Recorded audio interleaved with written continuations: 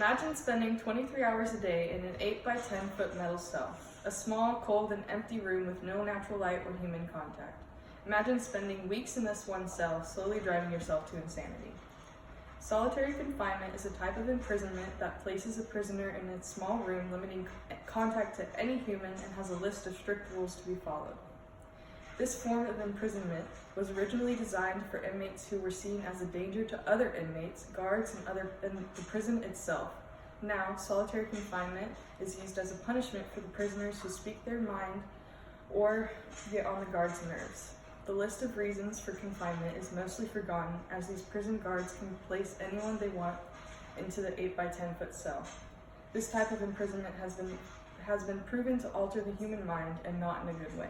Some individuals will say that confinement is good for the prisoners, that it can give them time to think about their actions and possibly have a change of heart.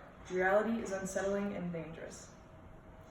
Not only can solitary confinement be a misused, cruel punishment, but it also is scientifically proven to drive a human insane. Sarah Jo Pender, an inmate at the Indiana's women's prison, who spent 5 years in solitary, wrote, "Women who enter sane will become so depressed that they shut down or hurt themselves. Right across from my cell, a woman slit her own throat with a razor and was wheeled out on a gurney. 2 others tried to asphyxiate themselves with their bras and shoestrings. Now, no one has shoestrings, and we shuffle around in floppy tennis shoes with loose tongues. Another woman cut her wrist using a metal band around a pencil eraser. Now, all pencils are stripped naked." In a study done by Stuart Gracian, a board-certified psychiatrist and a former faculty member at the Harvard Medical School, sat down with inmates for an interview and evaluation. In these interviews, he found that a third of the prisoners who were in solitary were, quote, actively psychotic or acutely suicidal. Gracian then found that solitary causes a specific psychiatric syndrome characterized by hallucinations, panic attacks, overparanoia, diminished impulse control, hypersensitivity to external stimuli, and difficulties with thinking, concentration, and memory. He stated that some of the inmates he had interviewed were simply too mentally checked out to form a complete sentence.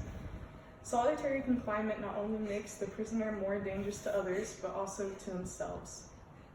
Studies show that over 80,000 people in the U.S. prisons are in solitary confinement. Over 5% of male prisoners are thrown in, quote, the hole, while only 2% are female prisoners. Overall, 40% of African American prisoners are thrown into solitary, and 31% of Caucasians. The hole and segregation cells are depressing enough to drive any man to take their lives in order to escape. For some, it would appear to be the only way out.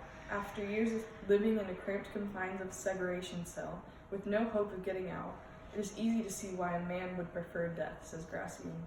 Solitary confinement is meant to be a place where you can rethink your decisions, but it is driving individuals to the point where all they can think about is dying just to escape the pain of solitary. The crime you commit does not matter while being in confinement. Any offense from stealing to murdering can be placed in solitary. The amount is determined by the prisoner, officials, and the guards. In most cases, when an inmate goes to court for a hearing, the judge will determine if solitary is necessary or not. Overall, solitary confinement is now being used as a type of punishment that changes the inmates for the worse. Any sane individual that is thrown into solitary for a period of time does not make it out sane. This is the sad reality that we don't see outside of the prison walls. Any 8 by 10 foot cell could drive anyone insane.